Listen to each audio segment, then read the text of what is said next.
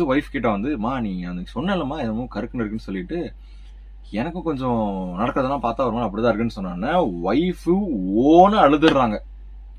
"இல்லைங்க, நீங்க வேலைக்கு போயிடுறீங்க. நான் வீட்ல இருக்கேன். இங்க என்னென்னமோ நடக்குது. இந்த மாரி குரல்கள் கேட்குது. எனக்கு யாரோ இது பண்ற மாரி இருக்கு. இங்க இருக்காத, போன்னு சொல்ற மாரி வந்துட்டு என்னென்னமோ இருக்கு.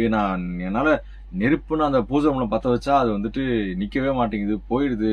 அப்படின்னு சொல்லிட்டு ஓன்னு அழுவுறாங்க. இவருக்கா தூக்கி வாரி போட்டுருச்சு. "ஏம்மா என்கிட்ட முன்னாடியே சொல்லல?" அப்படின்னு சொன்னதுக்கு, "இல்லங்க நீங்க ஆல்ரெடி இஎம்ஐ அதெல்லாம் போட்டு ஒரு மாரி தான் அத வந்து வாங்கியிருக்கோம். இதுல நான் இதெல்லாம் நொட்ட சொல்லி ஆல்ரெடி நான் அவங்கள்ட்ட சொன்னேன். நீங்க பெருசா எடுத்துக்காதனால சொல்லியிருக்கிறீங்க. சரி எதுக்கு உங்கள வந்துட்டு சங்கடப்படுத்துவானேன்னு சொல்லிட்டு தான் நான் சொல்லல." அப்படின்னோனே, ரைட்டு. சரி ஓகே. சரி இது என்னமோ சரியில்லையே அப்படின்னு சொல்லிட்டு அப்பாவ கூப்பிட்டும் பேசுறாரு. அப்பாவ கூப்பிட்டு பேசினா, அவரும் இதே மாரி தான் சொல்றாரு. "இல்ல கண்ணா" அப்படி "ஏங்க என்ட்ட யாருமே சொல்லலன்னு?" கேட்டதுக்கு, "இல்ல சேம் அந்த இஎம்ஐ போட்டு நம்மளே ஒரு மாரி